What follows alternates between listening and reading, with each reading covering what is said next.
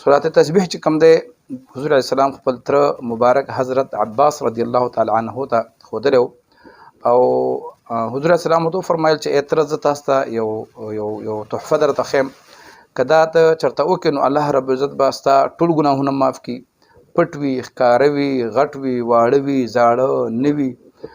څومره ګناهونه چې وي الله رب العزت به ورته معاف کړي. بیا ورته حضور علیه السلام وفرمایل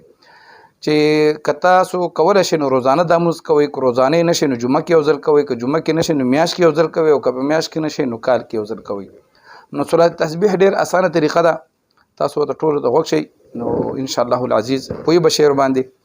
او ویډیو په غور سره وګورئ نو انشاءالله ما نه به دوباره تپوس ضرورت نه وي. صلات تسبیح طریقه کار دا دی چې بهتري طریقه دا ده چې 15 د رمضان باندې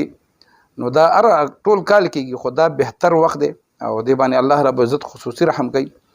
نو 4 رکعاته نفل نیت به وتړي او د هغې نه پس به چې الله اکبر دې وکړو نو اعوذ بالله دا بسم الله الرحمن الرحیم به ووایې، بیا به سبحانک اللهم ووایې ولا اله غیرک پورې، بیا به د هغې نه پس 15 ځل سبحان الله والحمد لله ولا اله الا الله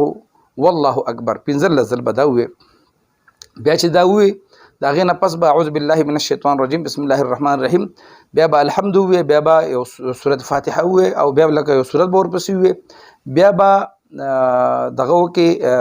قرات نه پس او د رکوع نه مخکې چې کله دې الحمد شریف او سورت ووایې دې نه پس به 10 ځل ووایې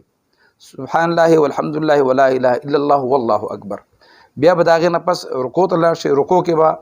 مو سبحان ربي العظیم وایو، 3 ځل به سبحان ربي العظیم ووایې،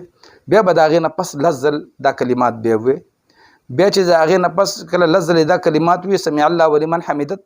بیرته اوچت شوې سمع الله ولمن حمده دې ووایې، بیا به 10 ځل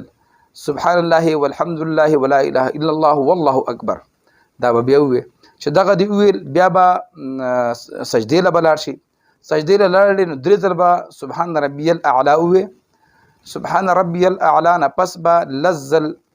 دا کلمات ووایې. بیا چې دې کله سجدې نه بیرته هغه 2 سجدو په منځ کې چې سړی الله اکبر کوي کینی دغه ټایم کې چې الله اکبر دې وکړي بیا به 10 ځل دا ووایې. بیا به چې سجدې ته لاړلې نو بیا به سبحان ربي الاعلی به 3 ځل ووایې، د هغې نه پس به 10 ځل سبحان الله والحمد لله ولا اله الا الله والله اکبر. نو دا چې دې ووایې بیا به دا شو 75 ځل 15 ځل شو. دا اولنی رکعت طریقه ده. دویم رکعت چې ته کله اوچت شي نو هلته به چې کوم دی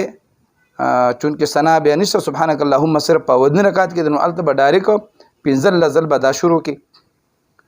سبحان الله والحمد لله ولا اله الا الله والله اکبر 15 ځل به دا ووایې. بیا به د هغې نه پس الحمد شریف ووایې، بیا به د هغې نه پس سورت ووایې، بیا به د هغې نه پس بیا 10 ځل ووایې دا کلمات سبحان الله والحمد لله ولا اله الا الله والله اکبر.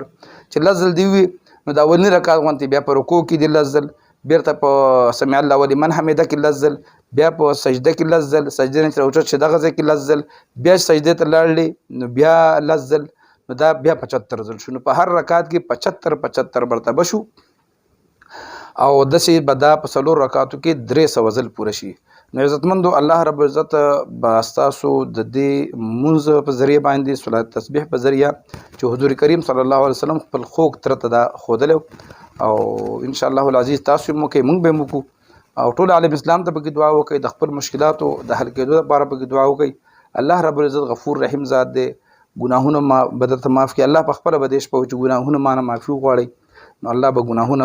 معاف کړي انشاءالله العزیز. دې کې به ستاسو دنیا هم فایده وي او د آخرت به هم فایده وي. بیا که موقع وه نو بیا به یو ځل د یو نوي ویډیو سره ستاسو په خدمت کې حاضرېږم. د هغې پورې اجازت راکوي. د الله په امان.